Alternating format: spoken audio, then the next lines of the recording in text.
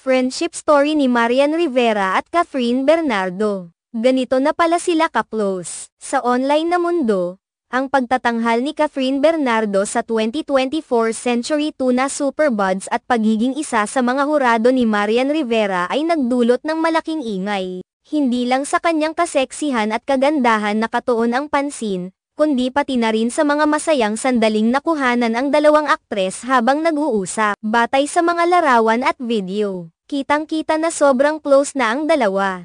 Marami ang nag-aakalang si Alden Richards ang nagpasimuno sa kanilang pagkakaibigan.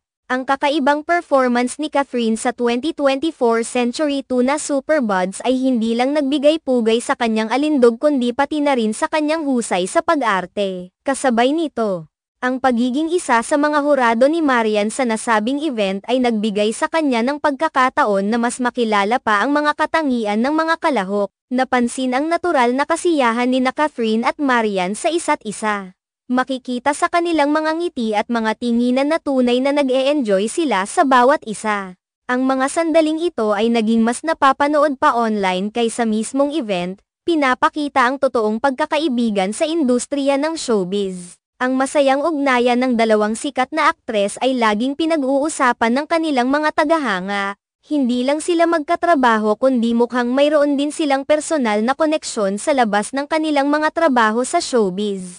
Sa kabila ng kanilang busy na mga schedule, tila hindi nahihirapan ang dalawa na magtanghal ng magkasama. Ang kanilang komportableng samahan ay nagpapakita kung paano sila comfortable sa isa't isa. Hindi lang bilang mga kasamahan sa trabaho kundi bilang tunay na mga kaibigan.